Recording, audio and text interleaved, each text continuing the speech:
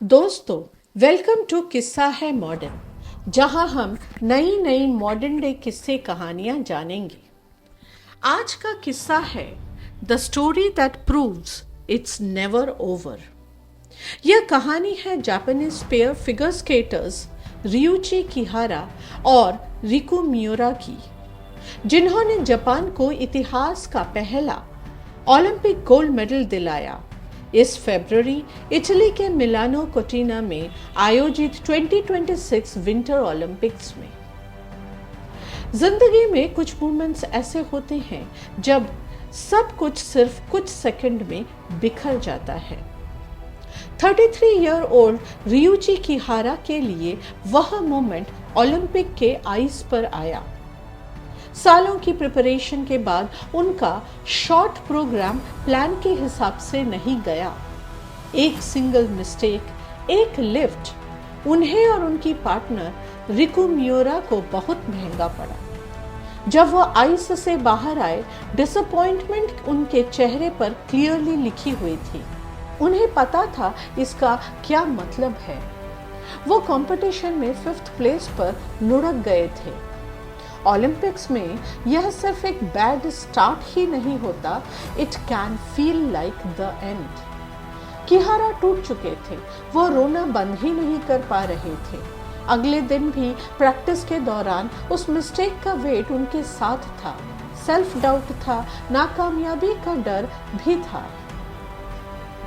दरअसल figure skating में short programme एक टेक्निकल 2 मिनट 40 सेकंड का रूटीन होता है, जिसमें रिक्वायर्ड एलिमेंट्स जैसे जंप्स, स्पिन्स, स्टेप्स होते हैं, जो एक्यूरेसी और नर्व्स का टेस्ट करता है और यूजुअली पहले परफॉर्म किया जाता है।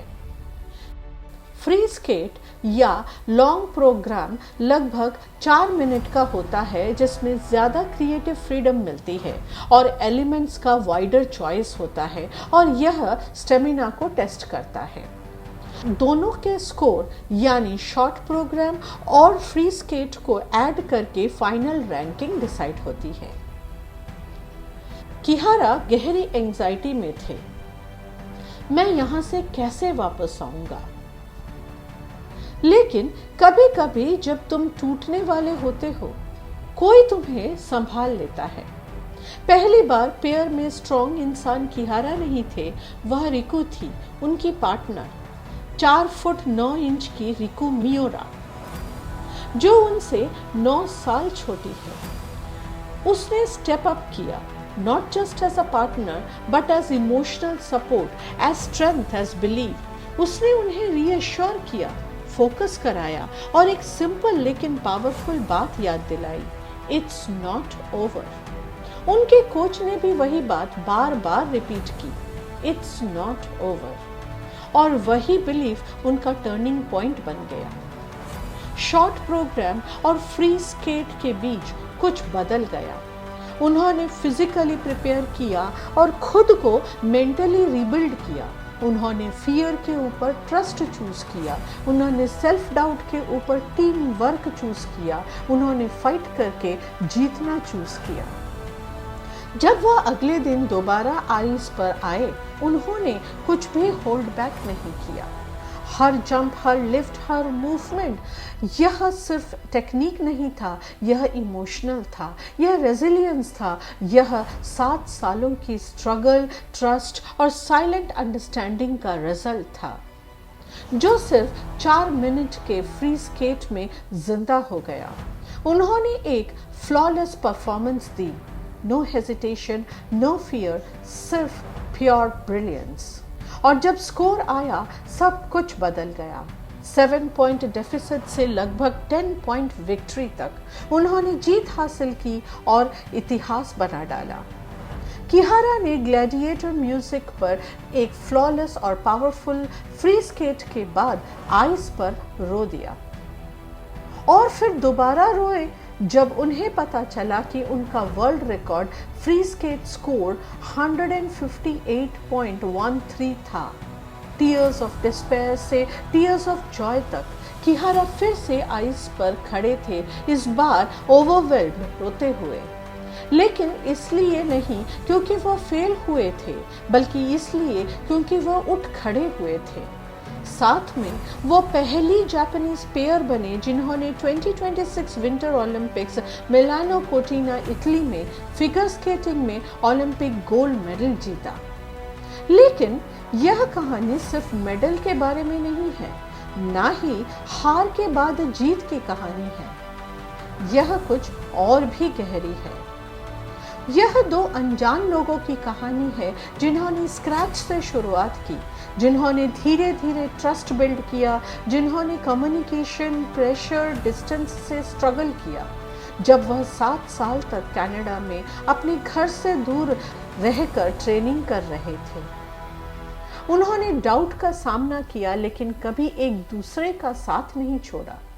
यह एक ऐसी पार्टनरशिप के बारे में है जो एक दूसरे को उठाता है, लिटरली और इमोशनली।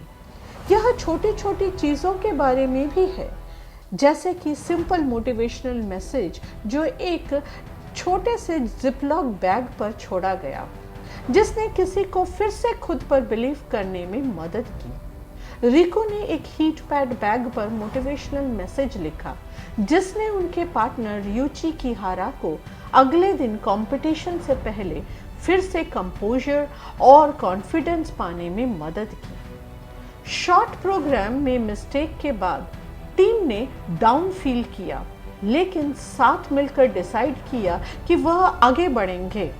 नेक्स्ट डे लगभग 160 पॉइंट स्कोर करने का एम रखते हुए। इमोशनल प्रेशर बहुत हैवी था। रियुची ने बताया कि वह बिना किसी क्लियर रीजन के कई बार रोए, जो एंजाइटी, सैडनेस और प्रेशर का मिक्स था। यह रुकने, सपोर्ट करने और फाइट करने के बारे में है, इवन जब अंदर से सब कुछ कह रहा हो गिव अप कर दो, गिव अप कर दो। क्योंकि सक्सेस सिर्फ टैलेंट नहीं होता, यह ट्रस्ट है, यह रेजिलियंस है, यह किसी का होना है जो तुम्हें याद दिलाए तुम कौन हो जब तुम खुद भूल जाते हो। तो अगली बार जब जिंदगी तुम्हें गिरा दे, ये याद रखना, एक बुरा मोमेंट तुम्हारी स्टोरी का एंड नहीं होता। यह बस वह पार्ट है जहां तुम डिसाइड करते हो कि तुम नीचे रहने वाले हो या फिर और स्ट्रांग होकर उठोगे। क्योंकि कभी कभी सिर्फ एक परफॉर्मेंस, एक मोमेंट, एक बिलीफ सब कुछ बदल सकता है। It's not over. Indian boxing icon MC Mary Kom की स्टोरी हमें यह याद दिलाती है कि इवन द स्ट्रॉन्गेस्ट पार्टनरशिप्स भी कभी कभी ट्रस्ट इशू की वजह से टूट जाते हैं। 20 साल से ज्यादा की शादी के बाद उनका और उनके पति ऑनलेर का सेपरेशन एक हार्श रियलिटी को शो करता है कि सक्सेस और फेम के बाद भी रिलेशनशिप को सस्टेन करना इजी नहीं होता। वहीं दूसरी तरफ जापानीज स्केटिंग डुओ रिकु मियोरा और रियुची किहारा एक परफेक्ट एग्जाम्पल हैं ट्रस्ट, बैलेंस और म्यूचुअल सपोर्ट का। आइस पर उनकी केमिस्ट्री सिर्फ परफॉर्मेंस नहीं बल्कि स्ट्रॉन्ग पार्टनरशिप का रिफ्लेक्शन है, जहां दोनों एक दूसरे को लिफ्ट करते हैं, लिटरली और इमोशनली। यह किस्सा किसी को नीचा दिखाने या किसी को छोटा फील नहीं करा रहा है। हम सिर्फ उनकी जिंदगी से सीख ले रहे हैं। जिंदगी में आप किस तरफ खड़े हो? एक ऐसी कहानी जो धीरे धीरे टूट जाती है, या एक ऐसी पार्टनरशिप जो वक्त के साथ और स्ट्रॉन्ग होती जाती है? अगर आपको लगता है कि रियल रिलेशनशिप्स लव के साथ साथ ट्रस्ट, कम्युनिकेशन और रिस्पेक्ट से बनती है, तो इस मैसेज को शेयर करो किसी ऐसे इंसान के साथ जिसे यह समझना ज़रूरी है।